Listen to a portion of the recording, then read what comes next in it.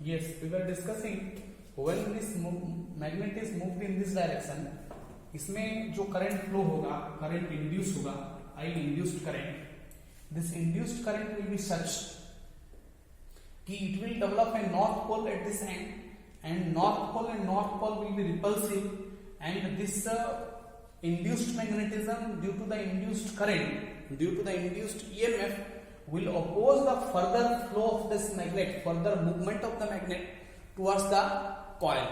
This is what it opposes.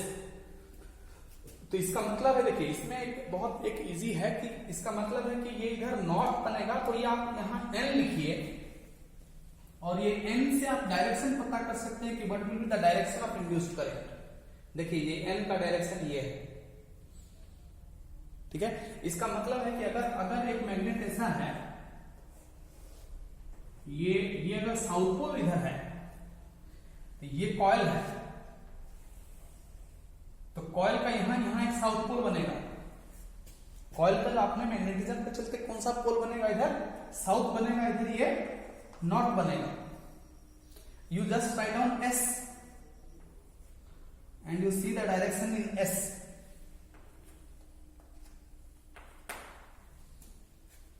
So it is a very easy and convenient way using Lenz law to decide the direction of induced current.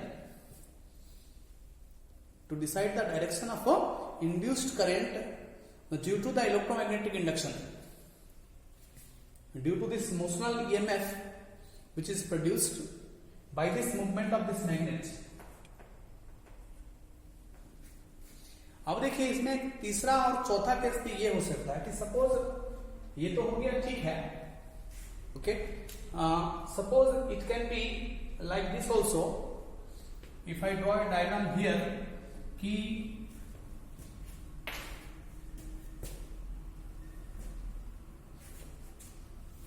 यहां पे मैं draw कर लेता हूं, ठीक है.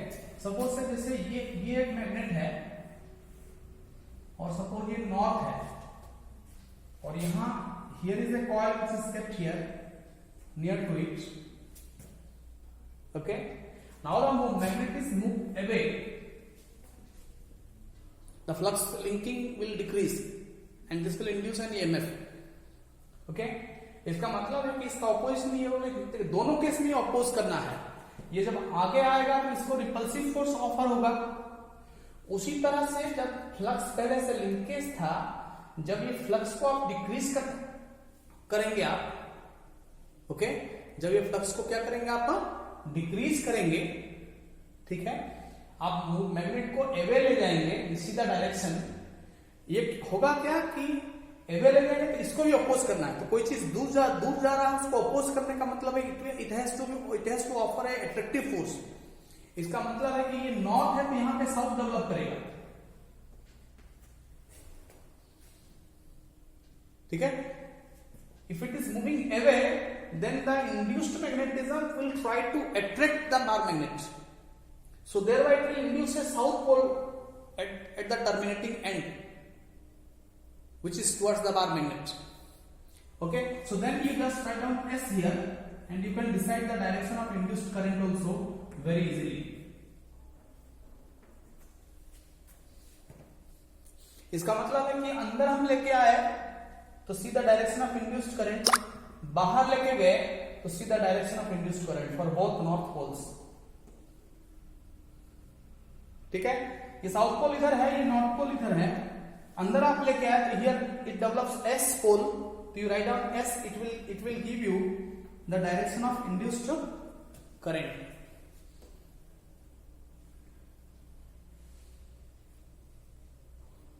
Okay, this is what Lenz law. बहुत बार ये एक्सप्लेनेशन आता है कि Lenz law is in accordance with the law of conservation of energy. Explain. Lenz law is not violating the law of conservation of energy. Explain. This can be explained by giving an argument. Okay, ये एक important question है. Lenz law is not violating the law of conservation of energy. We can prove it by giving a argument statement. Okay, I am just rubbing this part.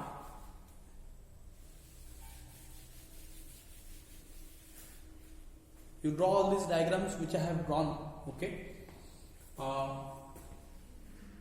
अब देखिए, हम अगर इसे कहेंगे कि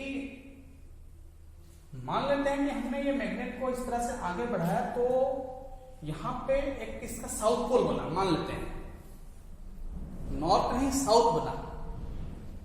तो साउथ बनने का मतलब है कि let us suppose actually north ही बना है, लेकिन मान के चलते हैं कि मान लेते हैं कि ये साउथ बना यहां पे, ठीक। जिसमें करंट इंड्यूस हुआ, इस करंट के चलते जो मैग्नेटिज्म बना, that produces a south pole towards this bar magnet. तब होगा क्या कि थोड़ा सा हम मैग्नेट को आगे बढ़ाएंगे तो ये south and north will attract. तो हम थोड़ा सा फोर्स देंगे तो ये बाकी काम ये कर लेगा, ये साउथ पोल इसको खींच लेगा। This will be accelerated without applying, without doing any work. हमको कुछ काम नहीं करना पड़ेगा, थोड़ा सा हम आगे बढ़ाए तो बाकी काम ये साउथ पोल कर लेगा, उसको खींच लेगा।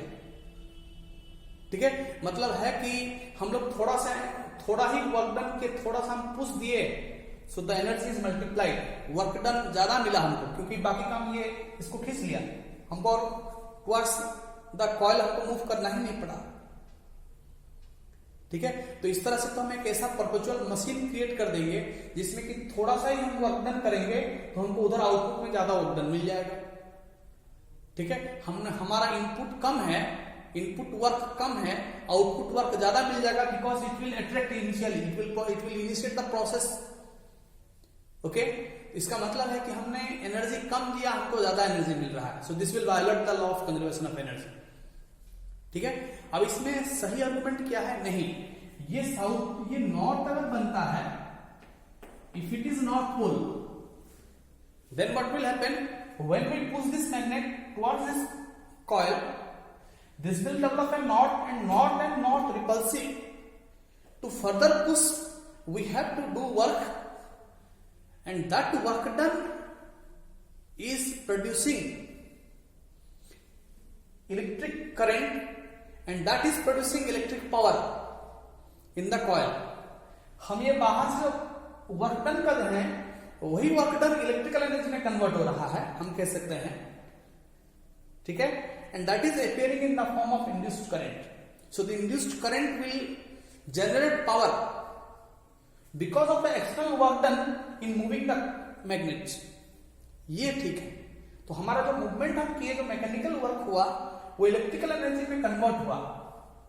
ठीक है, जितना स्पीड में हम आगे लाना चाहेंगे, जितना आगे लाना चाहेंगे उतना अपोज करेगा, उतना ज्यादा वर्क हमको करना पड़ेगा, जितना ज्यादा वर्क हम करेंगे उतना ज्यादा इलेक्ट्रिकल एनर्जी भी प्रोड्यूस करेगा, उतना ज्यादा इंड्यूस्ड करंट बनेगा, I²R। ठीक है, so this is not violating Lenz law, is in accordance with the law of conservation of energy, therefore this will induce the north pole, and if you write N here, you can also determine the direction of current.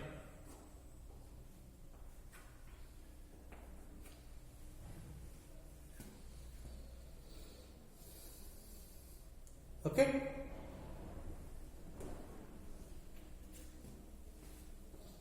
this is how we explain कि Lenz law is in accordance with law of conservation of energy, and this is the best way to decide the direction of induced current, okay, in a closed loop due to a motional EMF. इसको motional EMF इसलिए हम कहते हैं because this EMF is due to the motion of either bar magnet or a coil. So if due to the motion of due to the relative motion between the coil and magnet, if a EMF is generated, then it is called motional EMF, and in the next classes we will be studying in detail about the motional EMF. Okay.